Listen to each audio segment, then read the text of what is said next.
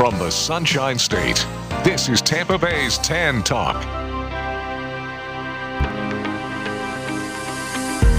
It's time for FLALAW, brought to you by the personal injury attorneys of Perenich, Caulfield, Avril Noyes. This hour will be informative, along with taking your questions and comments.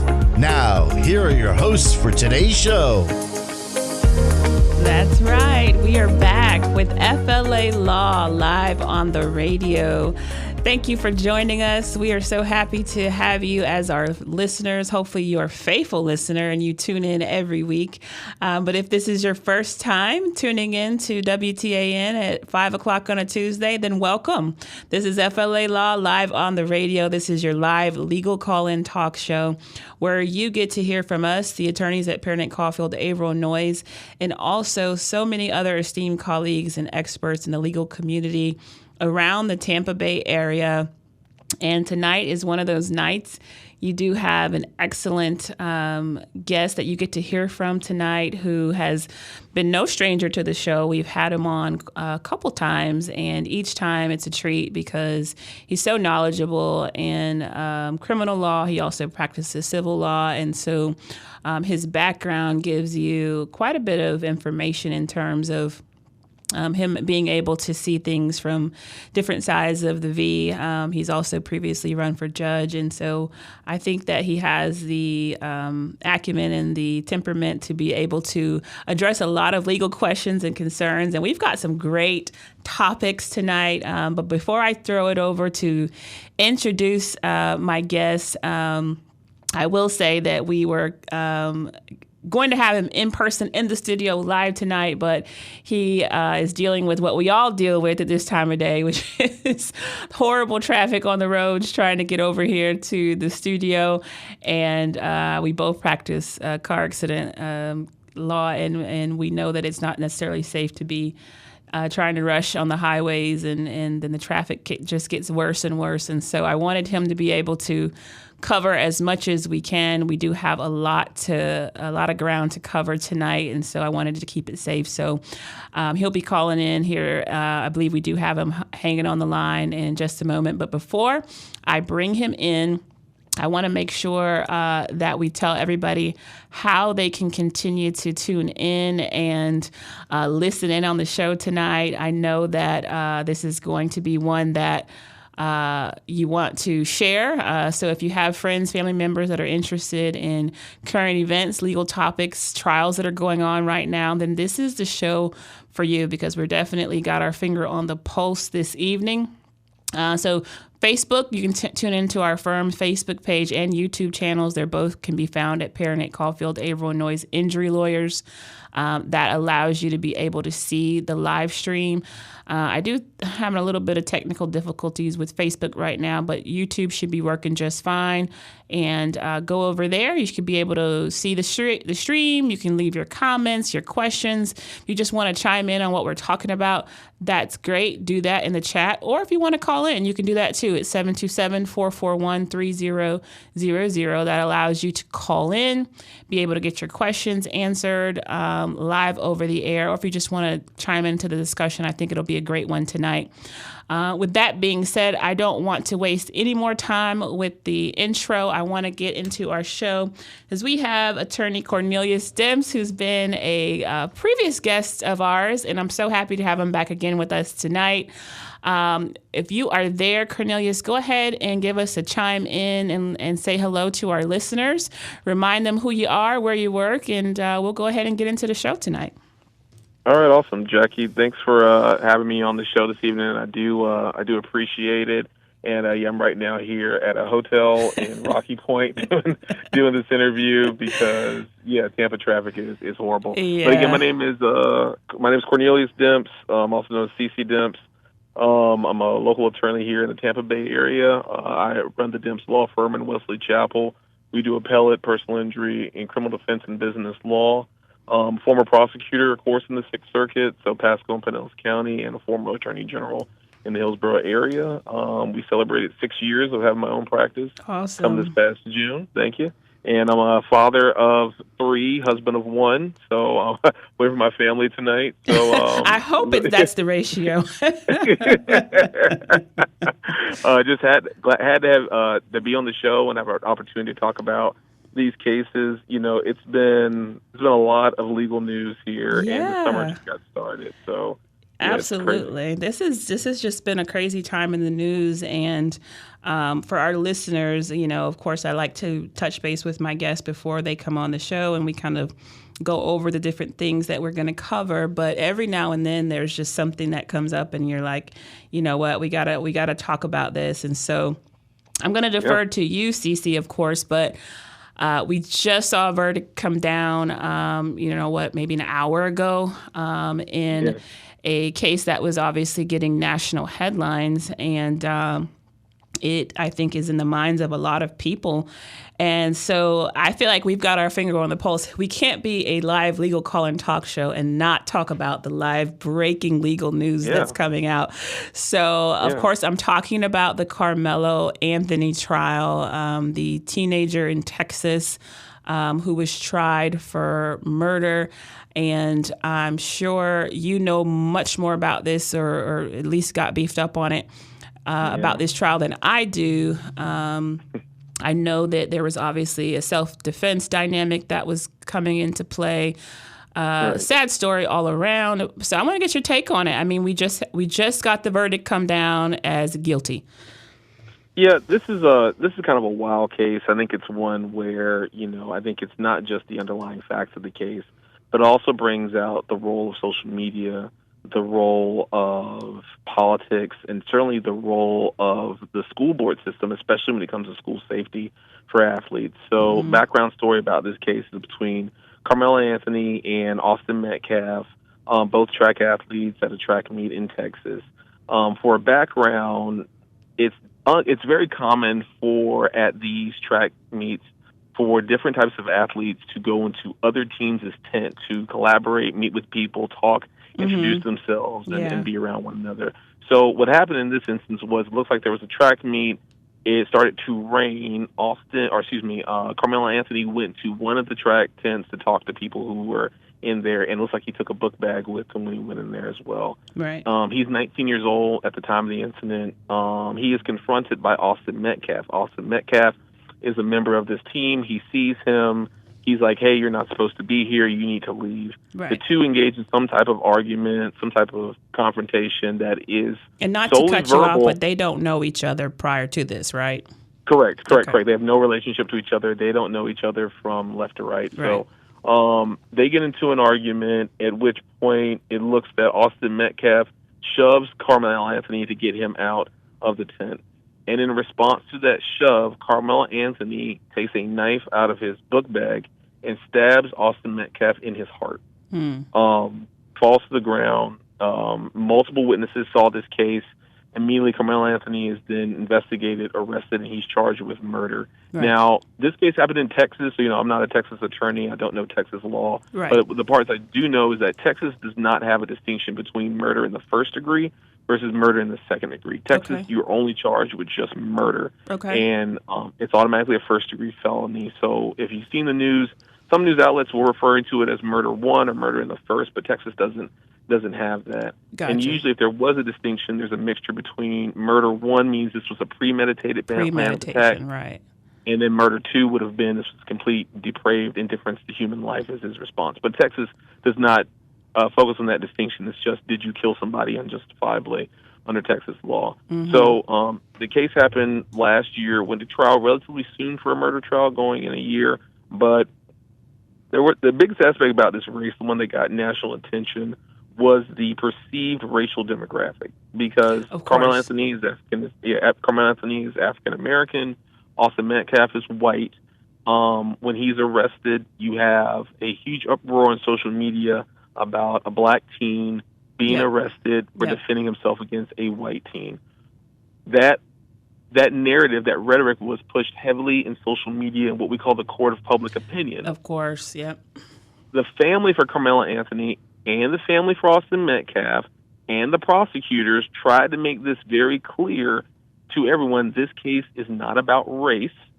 this case is about whether or not Karmelo Anthony was justified in using deadly force to kill Austin Metcalf. So race should play no role into it. Right. That clearly did not get out to people on social media At because all. race ended up taking over the rhetoric completely. To the point of that's all you heard about. Yeah. That's all you heard about. To the point of, even while the trial was going on, a white supremacist group showed up at the courthouse and was protesting across the street about this case, saying, this is the case of a black teen killing another white teen, black on white crime. What are you going to do? And then, of course, that leads to further escalation and other statements that happen out in the media. It also leads into issues about these GoFundMe accounts that happen. So Karmelo Anthony started essentially a GoFundMe account to raise money for his defense. The family raised around $625,000. Oh, wow. Mm-hmm. Austin Metcalf's family also started a GoFundMe fund for the compensation they needed for the funeral and also for some expenses they faced. That family raised about $600,000. There was a false narrative out in the media that said that the Karmelo Anthony family had actually used the money not for criminal defense, but instead to buy fancy cars, a fancy house, go on vacation, get Gucci, Fendi, Prada items, and the whole nine. And that false narrative became elevated when Ted Cruz had also spoke on it and tried to speak to its truth. Gotcha. Ultimately, Snopes had to come out and say, no, none of this is true. Even the Anthony family came out and said, none of this is true at all. So really, race had nothing to do with this case. It should not have had anything to do with this case. And it didn't have anything to do with this case until jury selection. Yeah. And one issue that's going to pop right up back in your face again when you see the jury. Yeah. Before you get to that, though, I'm curious. Did I hear correctly that there was an attempt to try to move the venue, that they did not want the venue to be in that jurisdiction where the incident occurred, or was that not true? I'm not sure about that. I don't remember. Do you think that would have been a smart move to try to do, or would it matter when you get in such widespread attention? Yeah. Yeah, well, unless you're going to try the case on the moon or in Mars, I really don't know how you're going to find. You can't get away from it. Yeah. You can't get away from it. I mean, it'll be hard to do. And Texas has different rules than Florida when it comes to venue selection as well. So I'm not aware of that. And then again, during jury selection, that's when race presents an issue that I think is an appealable issue. Yeah. The panel was 589 panelists to be jurors. Ultimately, 18 jurors were selected, 11 men, 7 women. It's 12 will deliberate, but 6 were alternates. But all African-American jurors were struck from the panel. All of them were struck. Mm-hmm. So the panel was completely all-white jurors hearing a case involving a black male and a white male. So it looks like any issues about race that could have been avoided are now going to have to be considered by an appellate court when it comes down to his conviction. Evidence at trial went forward. They called about 21 witnesses to talk about what they had seen. People had seen the incident occur. Some of the most powerful testimony did come from the medical examiner, who did talk about the extent of injuries Austin Metcalf suffered before he died, the damage that was to his heart, which I'll spare your readers the details on that, but it's pretty gruesome. Yeah, I would imagine. What they ultimately done. Yeah, and Karmelo Anthony's defense put on the best defense that they could. They did argue that this was a self-defense case, that he felt reasonably unsafe, that he then had a weapon to defend himself and had a right to defend himself. There also were several character witnesses that did testify in Karmelo Anthony's defense, that he was a good kid. I believe Karmelo Anthony's track coach also testified that he was actually going to be the team captain, but ultimately decided not to take on that responsibility, to set focus on other work for the team. So, and the jury went on and deliberated for 3 hours. So when they're deliberating for that long, that means they really are discussing the case. They are reviewing the evidence. They're asking each other the questions that need to be addressed. And what's also important is, prior to them deliberating, the judge did instruct the jury that they would be allowed to consider the lesser included offense of manslaughter. Mm-hmm. And that's important because it comes down to sentencing in Texas law. So under murder, Karmelo Anthony can be sentenced now from a range from anywhere to 5 years up to 99 years or natural life in prison. Right. Had it been manslaughter, he could be sentenced up to a max of 20 years in prison.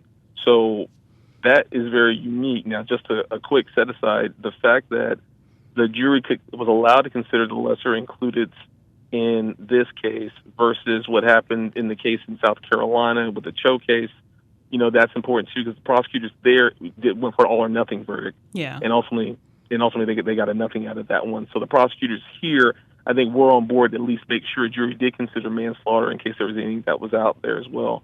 But after 3 hours of deliberation, jury came down literally like less than an hour ago and said, yeah, we find him guilty of murder. So in Texas, the case now moves immediately into the sentencing phase. Sentencing, right, yeah. Yeah, and so the jury that rendered the verdict is also the jury that now can make a recommendation on sentencing. And the only witness that is available to really testify in Carmelo Anthony's defense right now is his mom. That's it. So, we'll see. As I've not seen a sentence come down yet. It could come down today. Now, is that just because she's the only one there in court at this time that is moving to sentencing, or do you know anything about that? Obviously, we're talking Texas here, so. Yeah.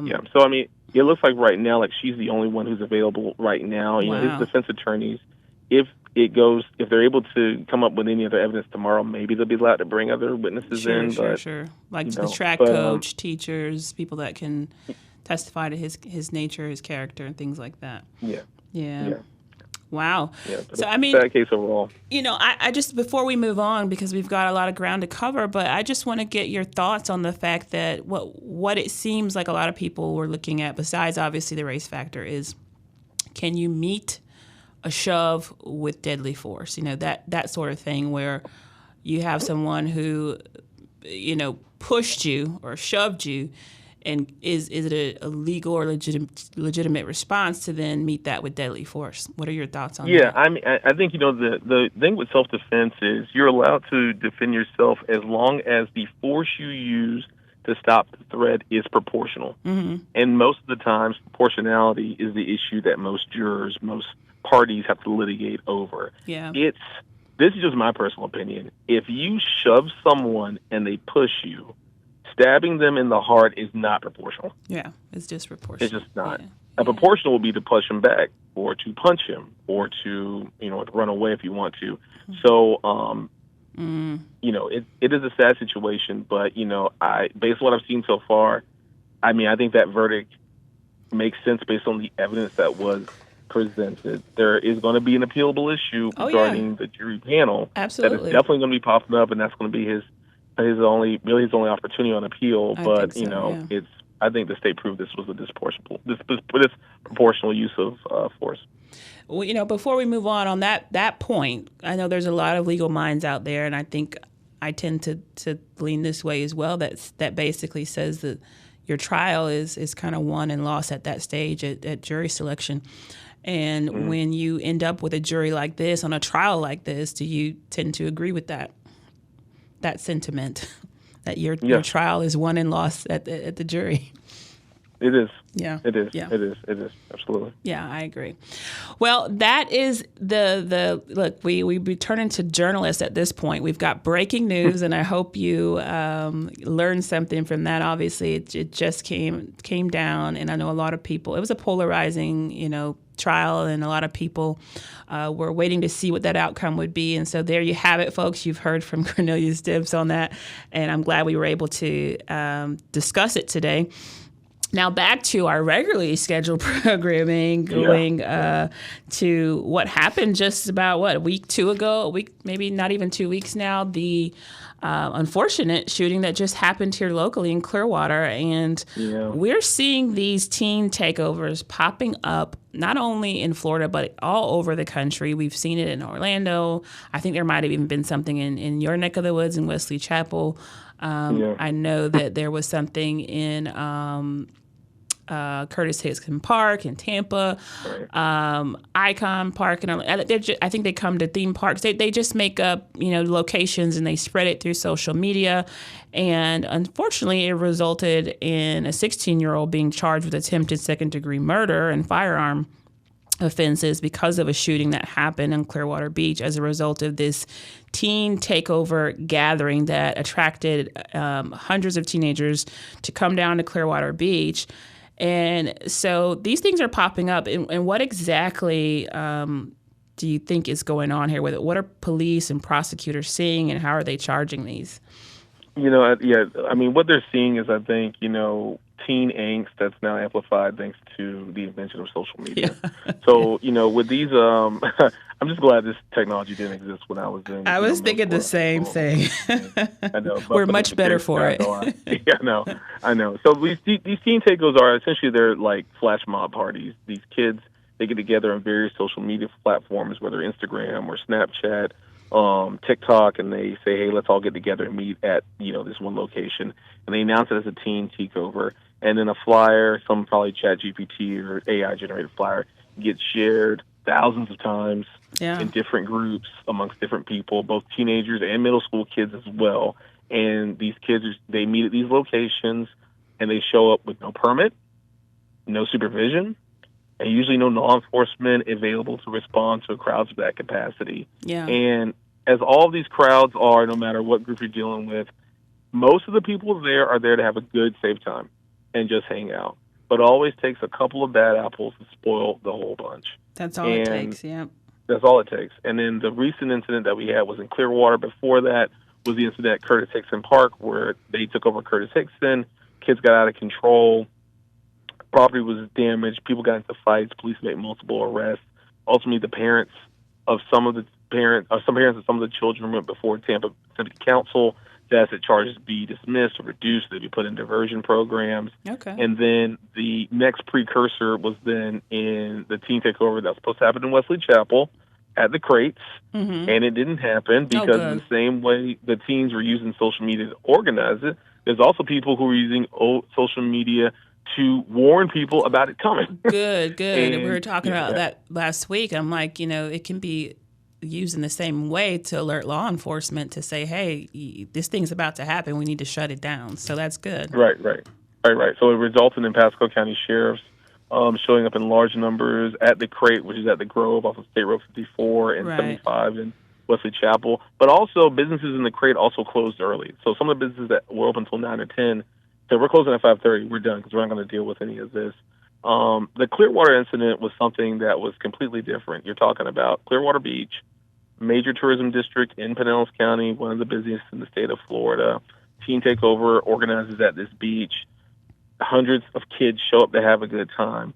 And the background of the shooting is it looks like these kids who were involved in the shooting were not actually from Pinellas County. They were from Polk County. Right. And they had a separate incident that happened between them that was unrelated to Teen Takeover. And they used Teen Takeover as the tool they would use to try to settle the score, so to speak. Gotcha. And so, thankfully, during the advent of technology, someone had a phone available to take video, and we all saw this viral video of a young man with a gun running around and shooting people. You saw the folks on the golf cart trying to get out there as soon as you can. You see them running. So, prosecutors and police, what are they looking at? They're looking at a situation where you have too many people with too much time, no supervision, and no way to get things under control. And so when things like this happen, they have to respond and eliminate all the threats as soon as possible. And prosecutors have to make sure that they're investigating and finding the correct offenders so they're prosecuting the right people who are involved. Absolutely. And so then for folks that are just, like you said, generally coming just to gather and have a good time, they're not there to be involved in any type of criminal activity, and then someone is shot like this. What kind of charges can arise when you're simply just there, participating? Or maybe you came with your friend and you didn't know your friend had a gun. What kind of things can come out of that when you're just there and you're in the wrong place at the wrong time? Yeah, so if you're just there and, at Clearwater Beach having a good time, enjoying a hot dog, eating a slushie, and then you see, a fight break out or someone pulls out a gun, you just being there doesn't make you criminally liable for what happens. You can become liable if in some way you have assisted this person in committing this crime, if you help them bring the gun, if they're a minor and they have a firearm and then you become aware of them having that firearm, you need to let people know, especially law enforcement, hey, this person has a gun, they shouldn't have to be here. One thing that people have to make sure that they're not doing is not getting involved in these affrays, we like to call them, which is just a big fight, getting these affrays themselves. They're not doing anything that would make them be personally liable down the road. So that could be if they didn't know about the gun beforehand, this person now pulls out the gun, does the shooting, and they say, hey, give me the gun, I'll hide it. or give me the gun, I'll put it in my Right, car, right. or go to my friend's house and hide. And if the cops come and ask you where you are, I'll say I don't know where you are. Right, So right. that's why especially for these teens, you have to really be careful of the company that you keep and who you are around every single time. So with these kids, I tell you, if there's a teen takeover, don't go. Just stay at your house or Yeah. stay in your It's neighborhood or do something like that. now that you see what these things are about, it's best to not even participate. Now there's violence and there's fights. There's no reason for you to even take that risk. And now you have a 16-year-old who's facing attempted second-degree murder charges. So with that being the case, you mentioned we're talking about minors here. How are the states looking at this? Is it usually being charged as a juvenile, or can the state prosecute them as an adult in Florida? How does that typically work? So the state has, prosecutorial discretion in how they want to handle those cases. I mean, if you're 16, 17 years old, the prosecutor, you could be tried as a juvenile, you could, but the state attorney's office has the authority that's called direct filing, meaning they can just immediately direct file you as an adult. You can score very high on your offense and could be held at DJJ, which is like a juvenile detention center, for up to 21 weeks. But when you're dealing with firearms in cases like this, in kids who are of older ages, around 16 or 17, and the facts of the case, prosecutors will charge you as an adult. And once you are in adult land, all bets are off. Not only are you facing attempted murder charges, but also you're now susceptible to Florida's 10/20 life law. So not only do you have a firearm, and now you're waving around a gun. Just having the gun, yeah, exactly. If you have the gun, just having the gun, you get 10 years. Discharge you get is 20. If you hit someone where they live or die, the range is 25 to life in prison. So you're looking at a situation where a kid who's 16 years old, Just got real. Just got real, and they are realistically looking at a range of 25 to life in prison. And for the appellate attorneys out there, I know Graham, I know Miller, there's some issues about that, but that takes a long time to get there, and but it takes a short time for a jury to find someone guilty under 1025 life for attempted murder. Yeah. So you mentioned the firearm. Is that typically the kind of factors that the state is looking at when they're trying to decide, should this be juvenile or should this be adult? Are they looking at more so how close they are to the age of majority, or is it really just, no rhyme or reason to it? Yeah, I mean, it's a little bit of everything. I mean, I think, all the offenses have to be looked at. Florida, we try to be one of the strictest states when it comes to criminal offenses involving firearms, especially when a 16-year-old, a child, has a firearm and they are mature enough to know how to use it in a deadly manner. So prosecutors are going to take a look at that.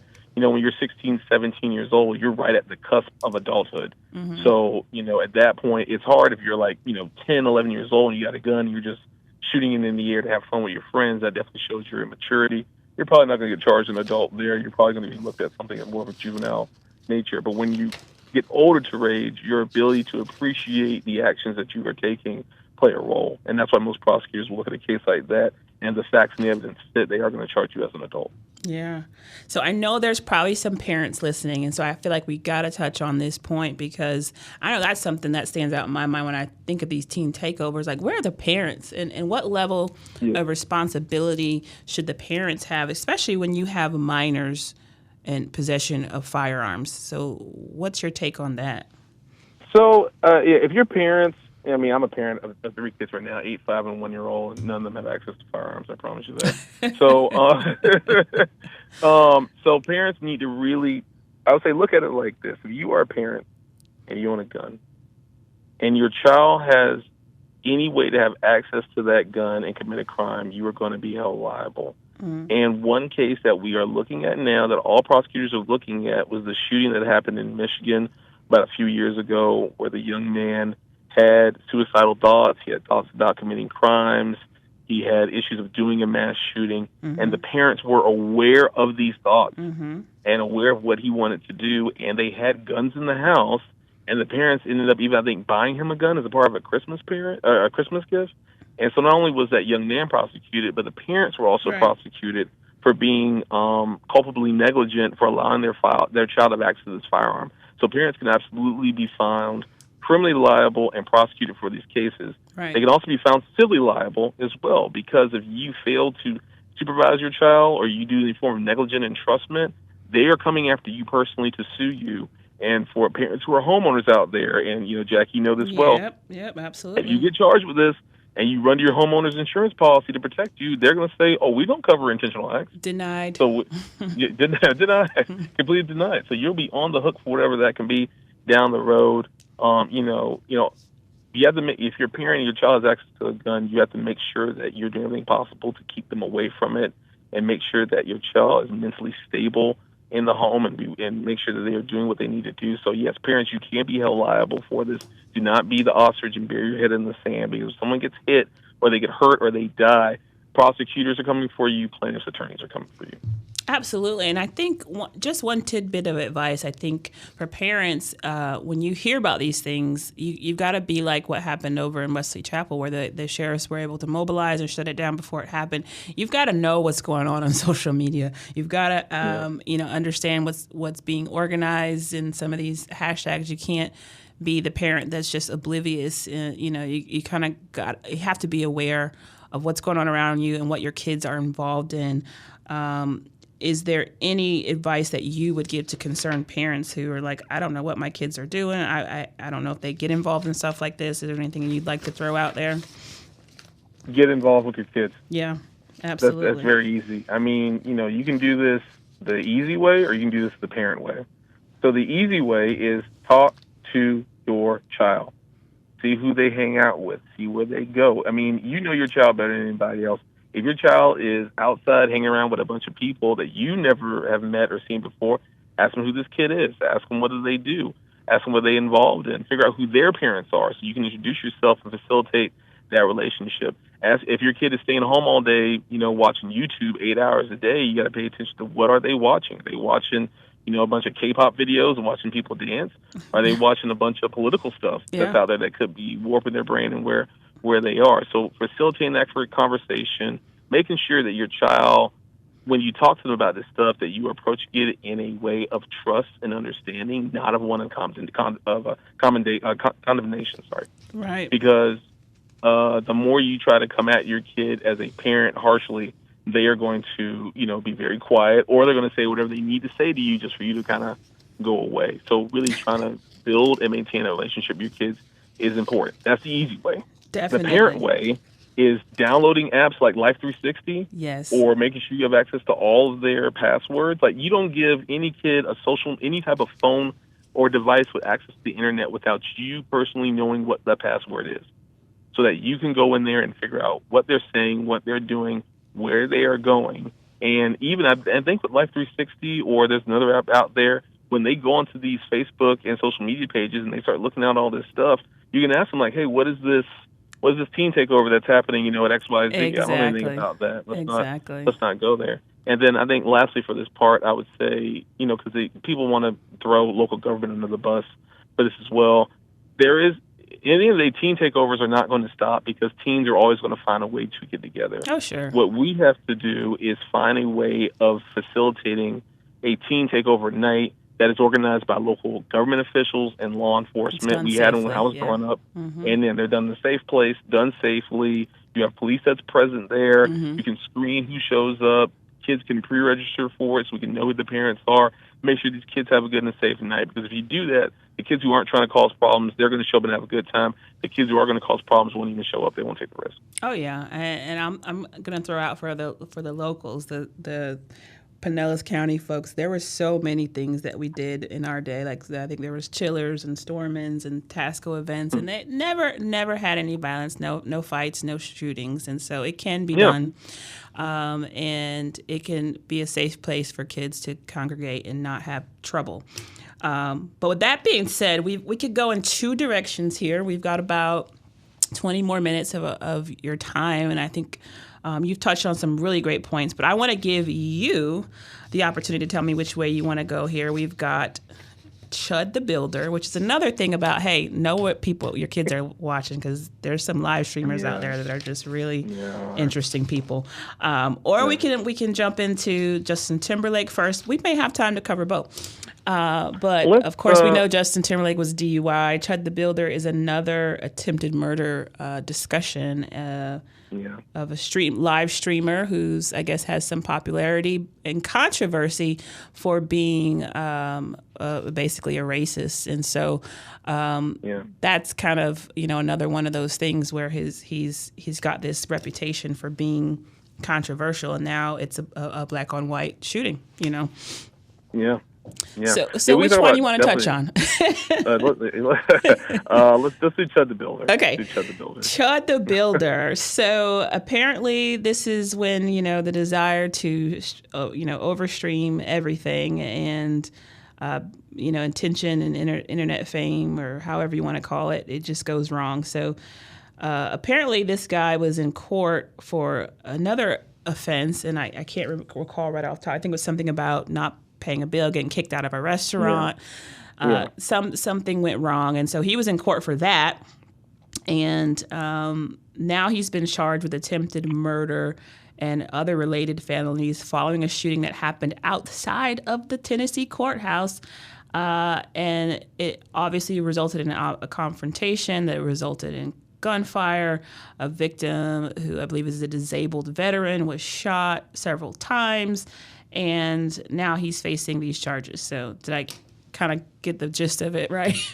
Yeah, I mean, you did everything. You did. That's it. I have nothing else about. So, and I did not know Chud the Builder before this, but apparently he's a popular content creator and live streamer, right? Yeah. So his real name is Dalton Etherly, and he is a part of a larger group of social media influencers, and I use that with quotation marks for those listening on the radio right now. But they're called nuisance influencers. What they do is they go places, they do the dumbest things, and they do it in order to record the reactions from people. So, like, some of them are kind of like, and so I would say, like, Etherly is like a subset of that, which are these, like, these racist influencers, where they go places, they record themselves, and he's been popular on X, for a very long time. Okay. As well on YouTube, where he would walk around with a cowboy hat, have a firearm on him, and specifically go into areas where there were a lot of African Americans. Oh, try to do that baiting thing, Yeah, exactly. So a lot of young African Americans, young Latinos, but mainly African Americans. He would record himself. I'm surprised he would find a group of guys heard of this guy. Oh, yeah. Well, I mean, the dark parts of the internet eventually come to light. So they pop up. And he would go places where there'd be young African-American kids just hanging out or talking, or people just doing their thing. And he would openly say the most racist things to them. And people would be like, what's this guy's problem? And then when they would approach him, he would pull out his gun and they would run away. Yeah. And that's important, because that means there is a library of videos out there that prosecutors are going to look at, and we'll talk about that. Yeah, you anticipated one of my questions. Yeah, good. Yeah. So he's now documented a pattern of this type of behavior. Yeah. So in the what happened in Tennessee, to understand the shooting case, exactly what you talked about beforehand, he had gone to a local restaurant, had ordered food, tab came down, he decided not to pay. When he was leaving the restaurant, the staff approached him to say, hey, man, you got to pay your tab. He turns on his camera and immediately starts making all these racist epithets to everyone who's approaching him. And those staff members decide, oh, we got something for you. We'll just tell the owner. And the owner says, oh, I got something for you. I'm going to call the cops. And so he is then arrested for, essentially in Florida, we would call defrauding an innkeeper, like a dine and dash. Gotcha. And so that's what he was charged for. But during that case that came out, he was making all these racist statements. And the people who weren't aware of Etherly were like, well, the racist stuff is weird, but, you need to pay your tab, man. You can't steal just money. Pay your bill. And then, exactly. And then Etherly sees another opportunity where he can be a nuisance influencer, and so he sees an African-American disabled veteran outside. He begins yelling racist epithets toward him. This man is also a veteran. This black man is also a veteran, and is like, you're not saying anything to me. I've defended my country, and I recognize your First Amendment speech, but you're going to recognize you're not free of consequences for what you say. And so he goes up to him to start saying, hey, you can't say that. And then Etherly decides, now I'm going to pull out my gun, I'm open fire, and I'm going to scream, stand your ground. I have to defend myself. He's arrested, and then when the cops come to the scene to ask questions, Etherly pretty much admits everything. He says, I was defending myself, this man attacked me first, and I have video I can show you of what happened. And so the cops say, all right, let's take a look at the video. And they watch the video and they go, yeah, you're under arrest. That backfired. And so he's taken to the jail, taken to the courthouse. His initial bail was $1.25 million, which sounds very high because it is very high in a case like this. It was recently lowered to $1 million. And the judge in Tennessee also ruled that no more than one bond company can carry $100,000 of the debt. So that means he needs to find 10 bond companies and be able to put up at least $10,000 each to be able to get out. And as of today, he's not been able to get out. And he has been able to get out because he's not been generating that much money. I was going to say, he can't live stream from in there. His revenue's down. Yeah. Well, the funny thing is, it sounds like he never had revenue. Based on what's been shown on his YouTube and his Instagram accounts, and what family is saying, he wasn't really generating that much money. Yeah, because when you go on certain platforms like YouTube and Facebook and say this racist stuff, you get what's called demonetized. Yeah, you can't monetize that kind of content. Oh, exactly. Interesting. So he did all this to make money that never came. Wow. Interesting. Yeah. So this kind of seemed a little bit of deja vu of the first case we were talking about with Karmelo Anthony, where we have a situation where there is a fight that leads to essentially deadly force. Now, fortunately, this veteran did not die. From what I understand, he survived. Correct. But then we've got it's the other way around now. It's a white male who has shot a black victim, and we've got a lot of those similar factors here. So how do you think these kind of arguments are going to play out for an attempted murder charge when you have, once again, someone claiming self-defense? So in the Karmelo Anthony case, you have self-defense, but there's not proportional response to the threat. That's not the issue that we have in the FLALAW case, in the Chud the Builder case. What you have is someone who was claiming stand your ground self-defense, and there is now a library of evidence to show that this is not an isolated incident. Gotcha. You have a repeated pattern and a repeated conduct of baiting people into these arguments. And the core principle of self-defense that everyone learns in law school, if you watch, even if you're not an attorney, if you watch Matlock through Law and Order, you know this. You cannot claim self-defense if you are the initial aggressor. Right. You have to, if you do start anything as the initial aggressor, you have to withdraw your threat and make it clear that I'm moving away. So if Chud made these comments and someone said, hey man, I'm going to fight you on it, and Chud said, all right, I'm sorry, I didn't mean to do that. Let me put my gun away. I'm going to walk away. Please forgive me. Bye. And they leave, the continuum of a threat that then ends, and then he can remove himself and he can be the initial aggressor. But that's not the facts we have. What I anticipate Chud the Builder's defense is going to claim is he had a right to defend himself. He had a large black man, veteran, coming to attack him, a veteran with military training and military expenses who was going to attack him. And so he had a right to defend himself. And he has a right to claim stand your ground defense.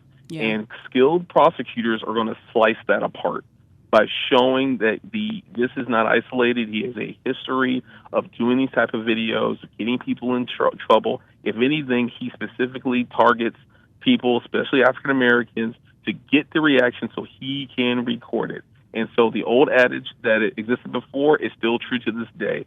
Play stupid games, win stupid prizes. Yeah, there's another one that I'm not going to say on the air, but was it Yeah, exactly. Was it FAFO? But, exactly. Yeah, family-friendly show. Yeah. So we have a situation where we've got a live streamer, and this is obviously becoming popular. Live streaming can be lucrative for a lot of people, and people are documenting so much of their life, and it sounds like and I'm calling him by his social media personality, but this Chud the Builder guy has now compiled lots of evidence now that can be essentially used against him. And, you putting back on your defense lawyer hat, this kind of smartphone, social media videos, how does that, what goes through your mind when you have a client like this who's live streaming everything? Yeah, if it's something like this, my firm sends out what's called a non-engagement letter. We're not taking it. at all. That's what goes through my head. It's like Gotcha. You can't, like, you have to be, and this kind of goes for anybody else who's listening. Like, if you want to start your own YouTube and Facebook pages, do that. We have our own pages for our firm, and that stuff is fine to see. But be careful what you put out there, because once it's out there, it's out there. It's hard to take things down. It's hard to get things removed. And, in a case like this, if I'm the defense attorneys and judge telling me I claim self-defense, but I have an entire history of doing this type of stuff and trying to make myself famous, well, I got good news and bad news for you. Good news, you're famous. Bad news is it's not the famous that you want. You're infamous. It's the wrong kind. Yep. And if you're a prosecutor, or if you're a defense attorney, one thing I'm worried about is prosecutors filing, I don't know what Tennessee calls it, but in Florida we call it a Williams Rule notice, where you don't bring in other people from prior incidences to help show that this is intent of what he's trying to do, not bad character evidence, but this is intent of what he's trying to do, is trying to bait black people. So if I'm a defense attorney, I'm scared of a skilled prosecutor pulling every single video, trying to identify every other victim in those videos, find those people to come and appear at a court hearing so I can have the greatest Williams Rule hearing of all time. It is a terrifying prospect for a defense attorney. I mean, in a case like this, if I represented Chud, you got to negotiate some type of sentencing in this case. I mean, you got to look out for your client. You could try to run the stand your ground motion, let the state and let the court hear that evidence, because if you win, usually a stand your ground motion, that's automatic immunity. A judge can dismiss the case. But if you lose it, you need to move immediately to sentencing, because you're not going to find a fair and impartial jury in Tennessee or anywhere on the planet that is not going to understand the facts of this case, know what's going on, and will not find a way of acquitting you based on the facts that are presented. Yeah, absolutely.